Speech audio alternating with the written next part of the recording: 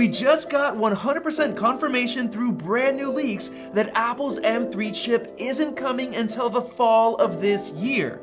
The only problem with that is that the 15-inch MacBook Air is coming in June at Apple's WWDC event, but with an M2 chip instead. So the big question I'm gonna answer in this video is why Apple would do this when the M3 is right around the corner. How are they gonna get away with this?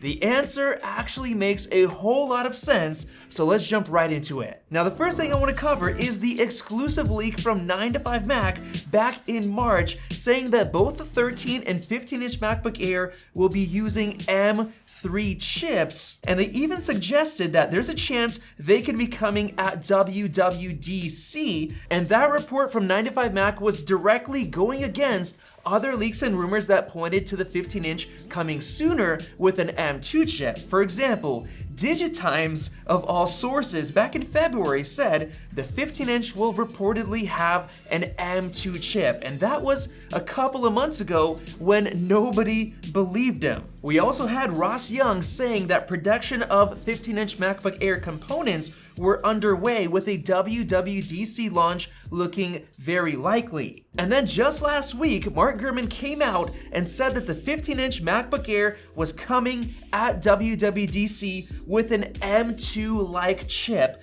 whatever that means. Basically, he looked at the developer logs, and that chip had an 8-core CPU and a 10-core GPU and 8 gigs of RAM, just like the M2 chip, but still at that time, he did not say it would be an M2, just M2-like. And then just this morning, as I'm recording this right now, we had a report from a Korean blogger, which is Yoix1122. I don't know how to pronounce that, but that's who he is. He was actually the same person who leaked the notch on the MacBook Pro, so I believe in him. He says that the 15-inch is gonna feature the M2 chip. And Dan Neisted posted on Twitter that Apple has delayed their plans to introduce the M3 chip based on 3nm technology and will instead use the M2 for the upcoming 15-inch Air, basically saying that the 3nm chip revenue for TSMC is coming later in the third quarter. And then finally after that, Mark Gurman confirmed,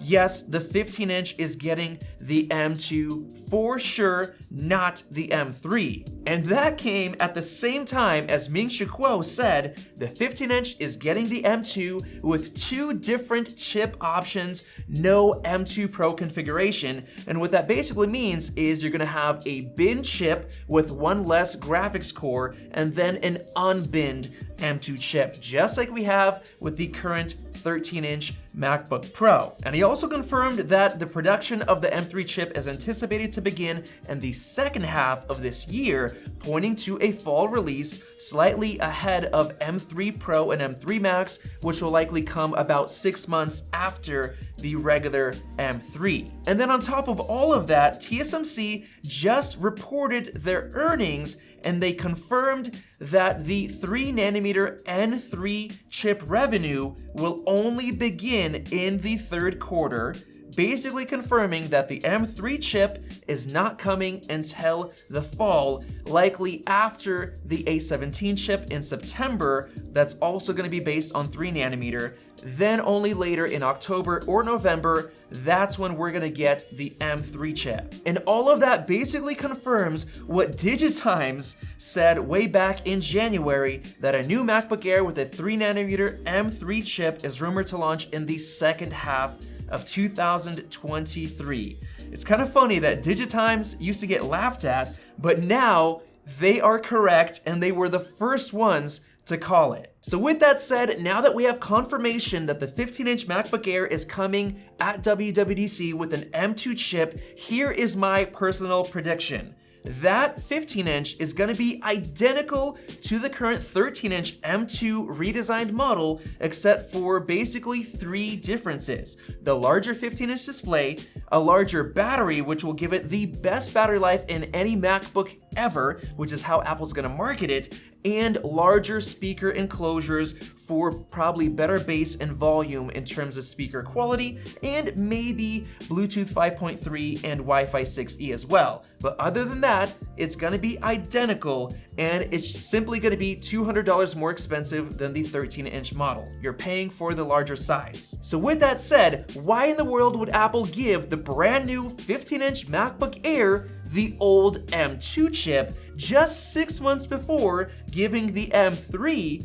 to the 13-inch? Well, I have 3 very good reasons that explain everything. The first reason is that the 15-inch with an M3 chip would directly threaten the sales of the $2,000 M2 Pro MacBook Pro 14-inch. And the main reason for that is because I estimated the performance of the M3 chip, and it would likely outperform the base binned 10-core M2 Pro chip model. So why would you pay $2,000 for a 14-inch when you can pay $1,400 for a bigger 15-inch display and a faster M3 chip? Giving it the older M2 would put the whole lineup into balance and make it clear that the 14-inch M2 Pro is better. And now for reason number 2, Apple has a massive surplus of M2 chips that just aren't selling. And in order to sell through their stock, they're gonna be making a couple of extra Macs with M2 chips, including the 15-inch MacBook Air. And how do I know this? Well, we recently got a report that Apple's Mac sales dropped 40% compared to last year, the worst drop in 23 years. And the way we know they have a massive surplus is because Apple literally stopped M2 chip production entirely for 2 whole months in January and February. And when they resumed production in March, it was cut in half compared to previous years. And now we have reason number 3 for why Apple is giving the 15-inch an M2 chip.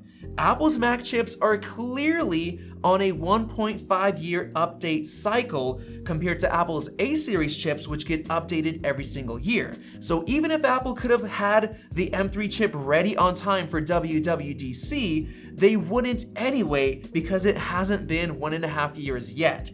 And the main point of this is to allow the current M chip more time to sell and allow their engineers more time to work on future M chips. So Apple is essentially stretching the life cycle of their Mac generations, which is a very smart business move. So there you go, those were the 3 reasons why it actually makes sense for Apple to give the 15-inch MacBook Air an M2 chip. Now, of course, that sucks for us consumers because if they gave it the M3, you would essentially get a $1,400 15-inch MacBook Air with a very fast M3 chip that's faster than the base 14-inch MacBook Pro for $2,000. That would be amazing, but of course, Apple does not want to cannibalize their higher-end MacBook Pro lineup, and because of that, they're giving us the 15-inch with the M2 chip to sell off that huge surplus of those chips. So hopefully that explained it for all of you guys. If you completely disagree with my take, let me know down in the comment section below.